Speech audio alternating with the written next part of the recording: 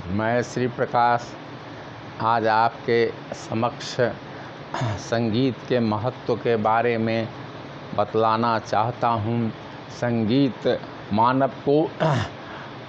मानव को शांति प्रदान करता है। संगीत के द्वारा आत्मा परमात्मा में विलीन हो जाती है। संगीत भी ईश्वर के प्राप्त करने का एक बहुत बड़ा माध्यम है। भारतीय संगीत की उत्पत्ति आदि काल से ही है। सामवेद में से संस्कृत का उद्भव हुआ है। सामवेद के उपवेद गंधर्व वेद में संगीत के संबंध में चर्चा की गई है। शास्त्रीय संगीत का भी जन्म बहुत ही पुराने समय में हुआ है। भरत मुनि ने संगीत के बारे में गहन चर्चा की थी और उस पर अपनी पुस्तक की भी रचना किया है। उस प्रकार भारतीय संगीत में प्रमुखतः गायन एवं नृत्य की प्रमुखता है। यहाँ के जो साज हैं बहुत ही पुराने हैं। वीणा की चर्चा पुराणों में की गई है और आगे चल कर के नृत्य का भी काफ़ी विकास हुआ। इसमें शास्त्रीय नृत्य अत्यंत महत्वपूर्ण है। कथक का काफ़ी प्रचलन हो गया और वह भारतवर्ष में फैल गया।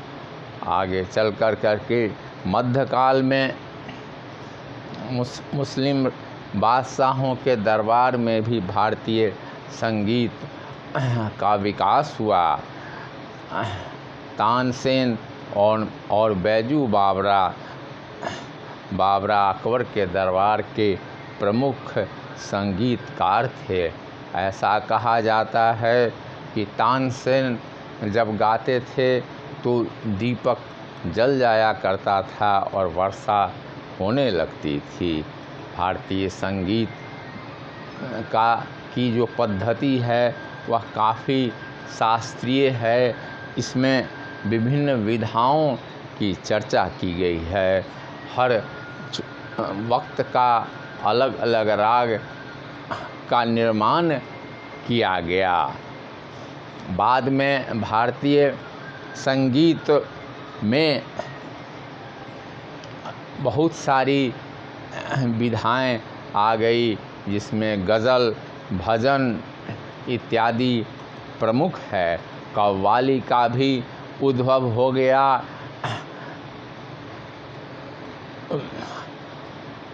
जिसके कारण कव्वालियों का विकास मुख्यतः सूफ़ी संतों ने किया, जो दरगाहों पर गाया जाता था।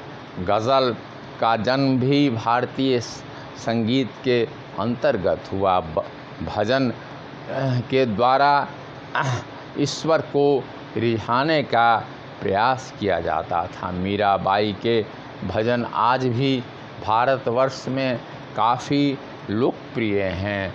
सूरदास के पद भी लोग बहुत ही सुरुचिपूर्ण तरीके से गाते हैं। इस तरह हम देखते हैं कि भारतीय संगीत ने सभी पक्षों का समावेश किया गया है। वर्तमान समय में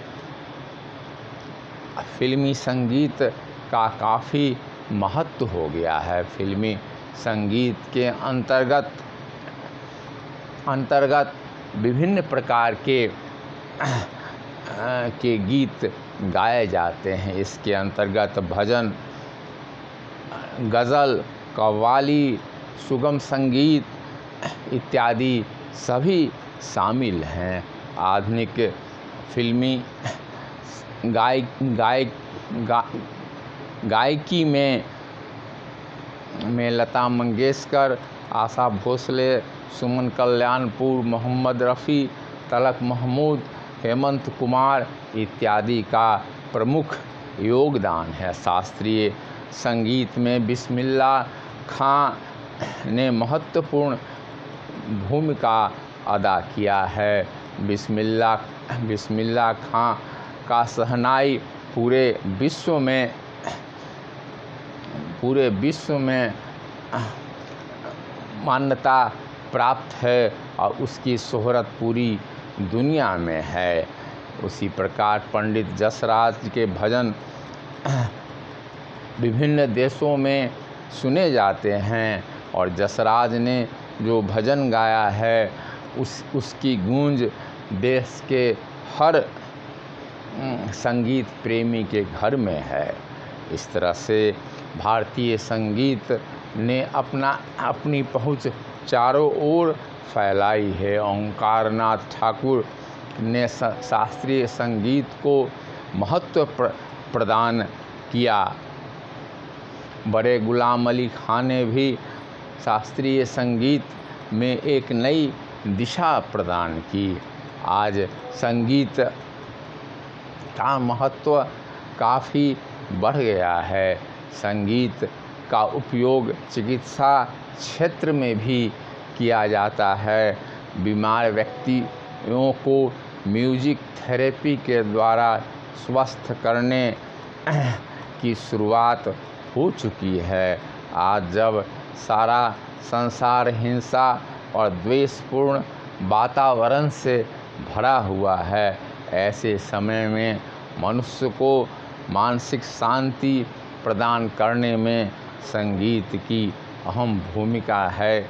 आवश्यकता है कि स्वस्थ संगीत को बढ़ावा दिया जाए और उससे नवयुवकों को भी प्रेरणा मिल सके। पश्चिम से प्रभावित संगीत में जो उच्च श्रृंखलता है